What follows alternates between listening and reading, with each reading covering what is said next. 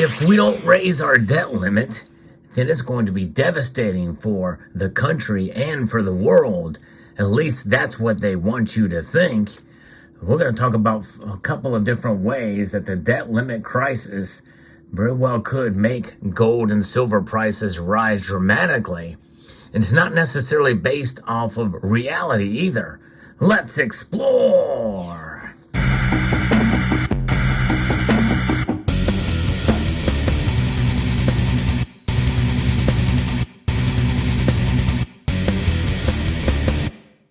I'm going to be referencing a piece that was shared with me by a member of the community from the Charlotte Observer that talks about a couple of different ways, 5 of them to be exact, of a debt limit crisis could derail the U.S. economy, and therefore sending gold and silver up dramatically.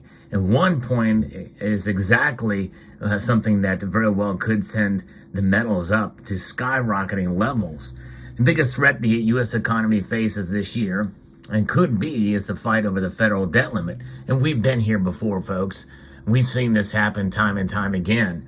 This time might be a bit different, but, there's always the unknown entity, and that unknown entity certainly does make the economy volatile, and that uncertainty is one of the reasons why we stack silver and gold. And it's one reason why I think it's encouraging for those of us who hold the metals to continue to hold these metals for what they are. Yes, indeed. Congress and the White House have roughly 6 months now to avoid an unprecedented and potentially catastrophic default on the federal debt. At least that's what they say. There's no clear path to keeping the U.S. solvent, and House Republicans fiercely opposed to any debt ceiling increase, unaccompanied by serious spending cuts.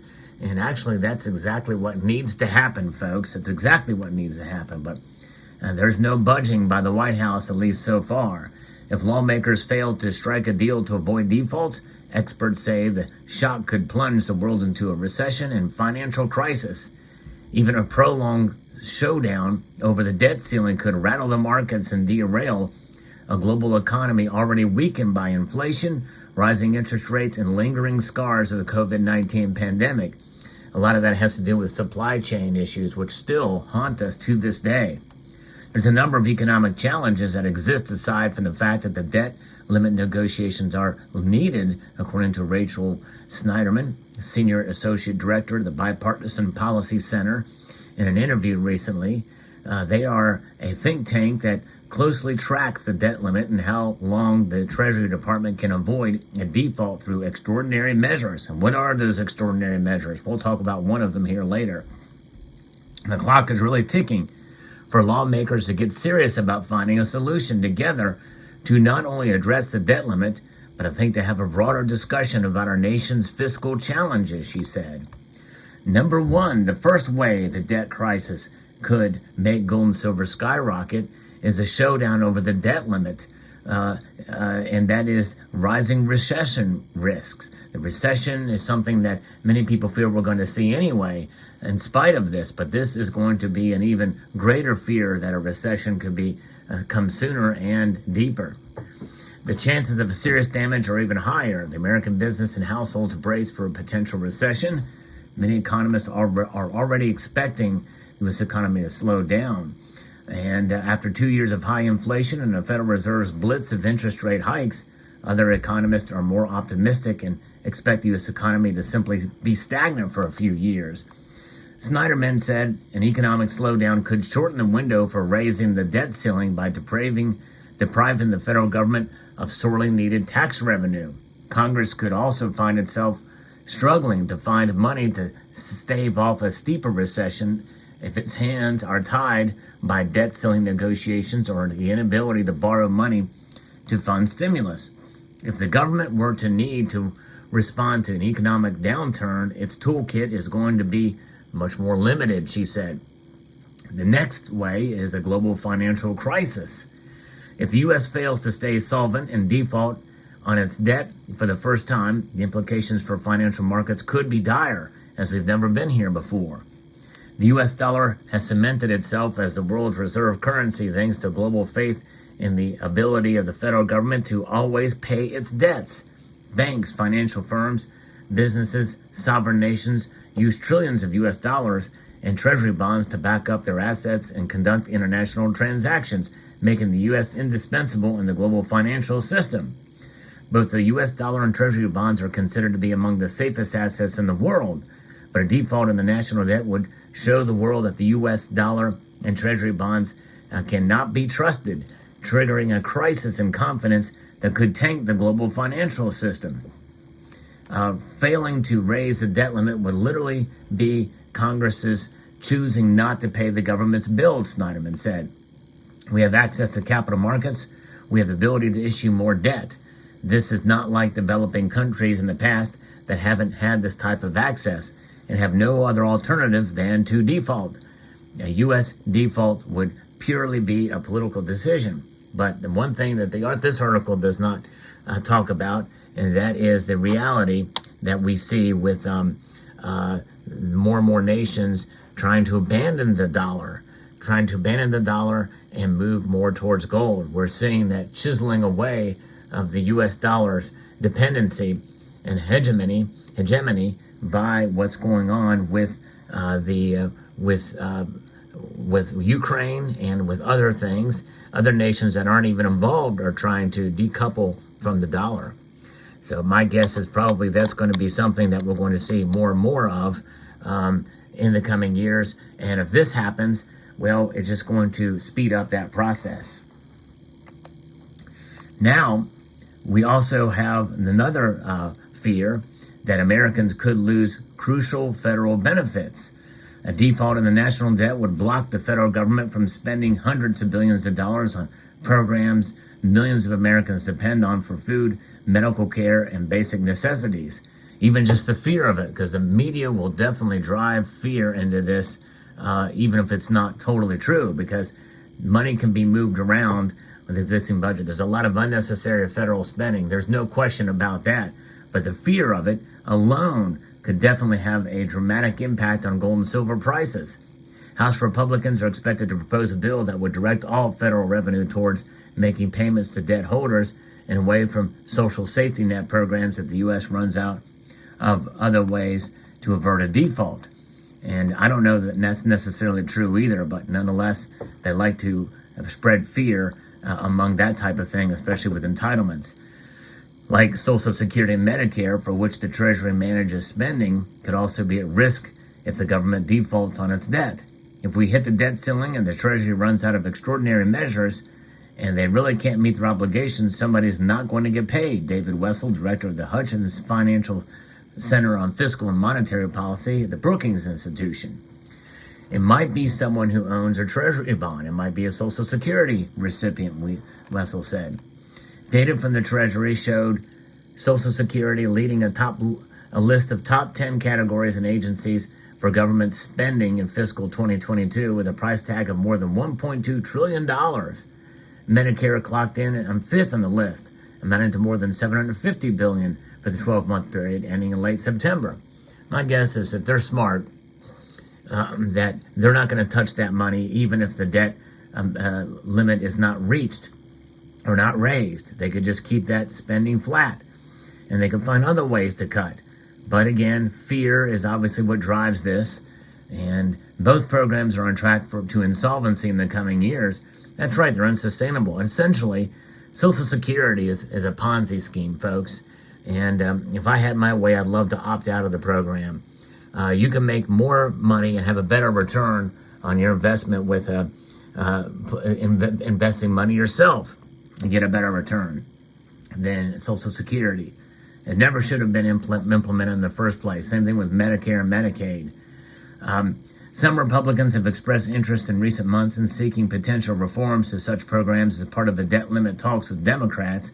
However, other Republicans have pushed back on proposals to leverage the negotiations for concessions on entitlement programs. But nonetheless, just the mere talk of it is going to have ramifications that people are going to want to be able to park their money into something that is going to preserve their wealth, and that's where gold and silver come in. Hence, increased demand, and we're already starting to see increased demand over the past 2 years in dramatic fashion for gold and silver. I think this will only exacerbate it, and more people wanting it, and I think the markets are going to be rocked by this especially with fears of losing entitlements. Then the next one is higher interest rates. The nation could also see higher interest rates for its debt as a potential consequence. U.S. Treasury debt is considered about the most risk-free borrowing instrument in the world because the U.S. has had a long history of making good on not only paying interest and then repaying the principal of debt when it comes due. Paul Van De Water, senior fellow at the Center of Budget and Policy Priorities, told The Hill. So anything that could make the U.S. government look like a less trustworthy borrower would increase the interest rates that the lenders would demand to lend money to the U.S. Treasury. Van De Water, former analyst at the Congressional Budget Office, says that the impact could extend to the cost that hit harder for some Americans, warning of potentially higher interest rates domestically since many borrowing rates can be tied to Treasury rates. Individual rates on home mortgage and credit card debt would go up. Rates in other countries' borrowing might go up. They already are, though, right now, but this means it would just more higher rates and more severity of the raise of the rates. And that could definitely have an impact on the economy, obviously, and therefore sending gold and silver up. And then the last one, which is probably in a way the most crucial one, and it has to do with one of the tools that the Treasury would use of the extraordinary measures, which has not really been talked about by Janet Yellen yet, but I think most get what she's talking about. I know most in this community probably get it. We'll talk about that here in a moment. Polls show that a vast majority of Americans already disapprove of how Congress is handling its job, and experts doubt that dissatisfaction will improve if lawmakers manage to pull off of what would be an unprecedented default this year if they fail to act on the debt limit. According to the Peter G. Peterson Foundation, the debt limit has been raised nearly 90 times under both Republican and Democratic administrations in the past 63 years. However, the task has become increasingly partisan over the years, with both sides engaging in high-stakes clashes down to the final stretch before eventually avoiding a default.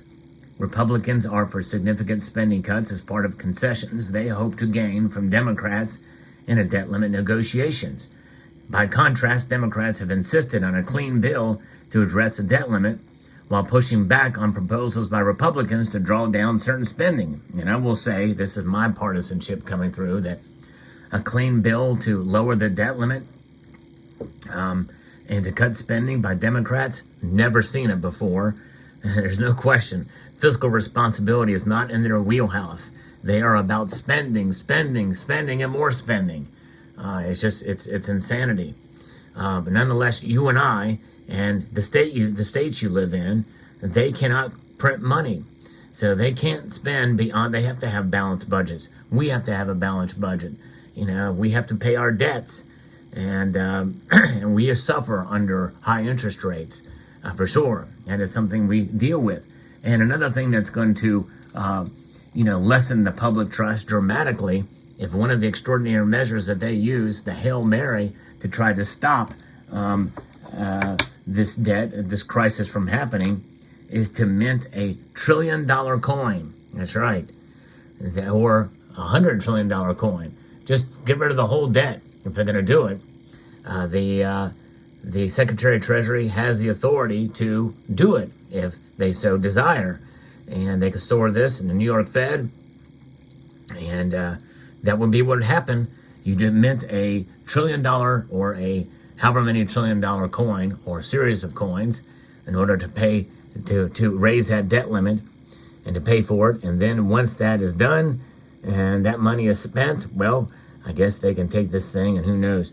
Some have suggested maybe melting it down again, because obviously this coin will be worth a whole lot of money. But nonetheless, that is something that they would consider doing as part of that extraordinary measure. And we'll see if it ever came to that, but it's an interesting concept nonetheless. But there you have it. We can have a big hole in our financial system. The bottom line is, folks, I hope it never gets to this point, but we are at a crossroads, and I'm hoping that a lot of people hold the line in Congress to finally do something about our national debt. $31.4 trillion is where it's topped out at now, and it's on par and on the track to go higher. More than likely, they will come to some sort of quote agreement, and it's not going to be good for our children and grandchildren. In the end, the dollar keeps weakening, and the more debt that we have, the more spending we've got, means that gold and silver are going to continue to shine and shine brighter. It's just a matter of time before when they climb up in dramatic fashion. Until such a time as that, we will continue to press on and stack on and preserve our wealth with gold and silver. Let me know what your thoughts are on this video, and I want to extend a multitude of gratitude to each and every one of you for taking the time to watch this video, and to encourage you to please rate, share, comment, and subscribe.